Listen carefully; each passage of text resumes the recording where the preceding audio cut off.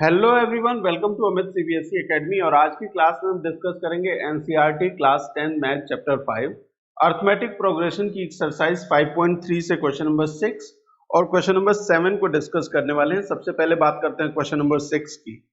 The first and the last term of AP are 17 and 350 respectively. जो first term है वो 17 है, जो लास्ट टर्म है वो 350 है।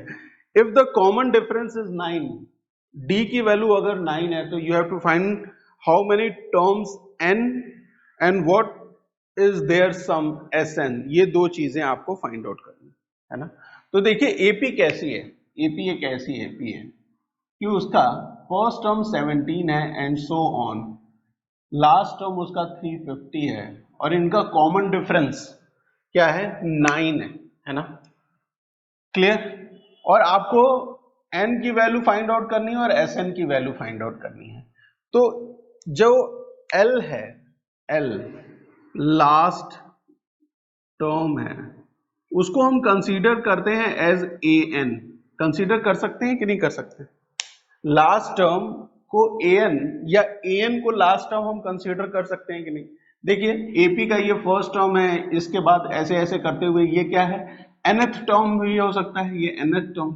इसी को हम लास्ट टर्म भी कह रहे हैं क्योंकि ये जो AP का लास्ट टर्म है। तो nth टर्म वाले फॉर्मूले से An is equal to A plus n minus 1 D। यहां से हमें A की वैल्यू पता है और D की वैल्यू पता है। An हमारा लास्ट टर्म L है, तो हम यहां से n की वैल्यू फाइंड आउट कर सकते हैं। बहुत ही सिंपल है। देखिए अब An is equal to L is equal to 350, तो यहाँ पे 350 आ गया।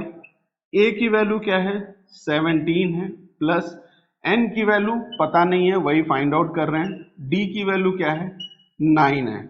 17 इधर आएगा तो 350 minus 17 that is equal to n minus 1 और ब्रैकेट के बाहर क्या है, 9 है।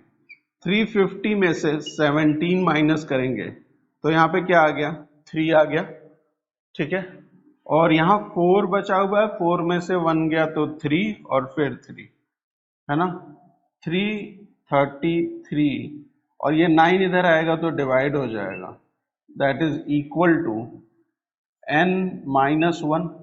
और 333 को जरा 9 से डिवाइड करिए, 333 को 9 से, तो 9 3 जा 27 होता है ना। 27 कितना वैल्यू आ जाएगी, 6 और ये 3, 7 जा कितने टाइम्स हो गया, n minus 1 is equal to 37 और n इज इक्वल टू 38। तो जो नंबर ऑफ टर्म्स हैं, ये जो n है, ये तो आपका 38 आ गया नंबर ऑफ टर्म्स। ठीक है। अब आपको फाइंड आउट करनी है Sn की वैल्यू। ठीक है, Sn सम की वैल्यू फाइंड आउट करनी है। ठीक है।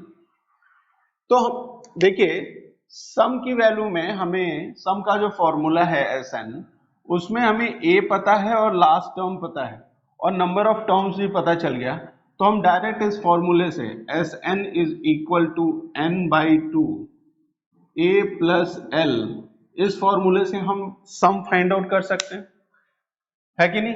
n की वैल्यू क्या है, 38 है, अभी फाइंड आउट किया। इसी तरीके से a की वैल्यू क्या है, what is the value of a, a is given to us as 17 plus last term 350 है ना, ब्रैकेट क्लोज। ये कितना हो जाएगा, 19 और ब्रैकेट के अंदर 350 प्लस 17 ऐड करेंगे तो 763, ये है 367 है ना। 19 इंटू 367, 367 में 367 में 19 का मल्टीप्लिकेशन कर दीजिए तो सम आ जाएगा। 9 7 जा 63, 3 लिखा 6 कैरी कर दिया, 9 4 जा सॉरी 9 6 जा 54 और 6 60, 0 लिखा 6 कैरी कर दिया, 9 3 जा 27, 27 और 6 33 हो जाएगा। ये 367 एज इट इज, तो यहाँ पे 3796, 6973, ये क्या है, सम है। क्लियर है, सम की वैल्यू क्या है ये आपको समझ में आ गया, 6973। Find the sum of first 22 terms of an AP in which D is equal to 7 and 22 second मतलब 22nd term is 149। कह रहे हैं हमें कि एक AP है क्वेश्चन नंबर 7 में एक AP है अर्थमेटिक प्रोग्रेशन जिसका D कॉमन डिफरेंस 7 है और 22nd टर्म A22 ये 149 के बराबर है। तो कहते हैं the sum of first 22 term SN find out, SN नहीं S22, ठीक है, S22 की क्या वैल्यू होगी ये बताइए। ठीक है, क्लियर, बात समझ में आई। क्वेश्चन में क्या गिवन है आपको, कॉमन डिफरेंस गिवन है A22 nth टर्म जो 22वां टर्म है वो गिवन है 149। आपसे पूछ रहे हैं S22 की वैल्यू बताओ। ठीक है, कैसे बताएंगे, है ना, जरा समझिए।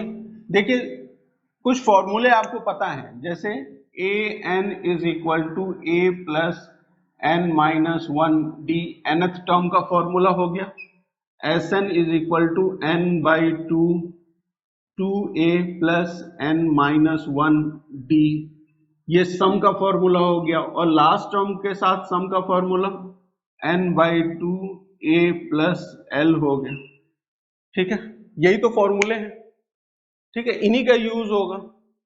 आपको फाइंड आउट क्या करना है, S22 फाइंड आउट करने के लिए आप इन दोनों में से कोई एक फॉर्मूला यूज करेंगे, है ना, इन दोनों में से कोई एक फॉर्मूला यूज करेंगे। आपको क्या क्या चीजें पता है जरा देखिए ध्यान से।